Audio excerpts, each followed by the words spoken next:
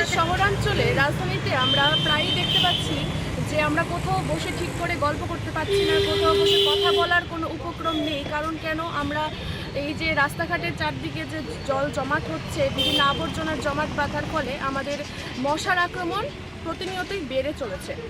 তাই আমরা আজকে প্রতিজ্ঞাবদ্ধ হয়েছি যেন আজকে আমরা আগরতলা এনএসএস ইউনিট ওমেন্স কলেজের সকল ছাত্রীরা এই মরণবেধি মশার আক্রমণ থেকে যেন আমরা সুরক্ষা পাই, আমাদের জীবন যেন সুরক্ষিত থাকে।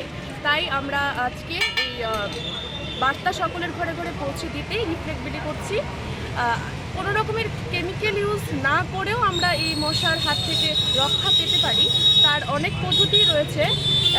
আমাদের রিফ্লেক্টে এখানে বলাই আছে নারকেলের ছোবড়া, শুকনো নিম পাতা পুড়িয়ে ধোঁয়া নির্গত করে আমরা জীবনকে সুরক্ষিত করতে পারবো। তো সেই বার্তাই সকলের কাছে পৌঁছে দিতে আজকে আমাদের এই পরিকল্পনা কর্মসূচি।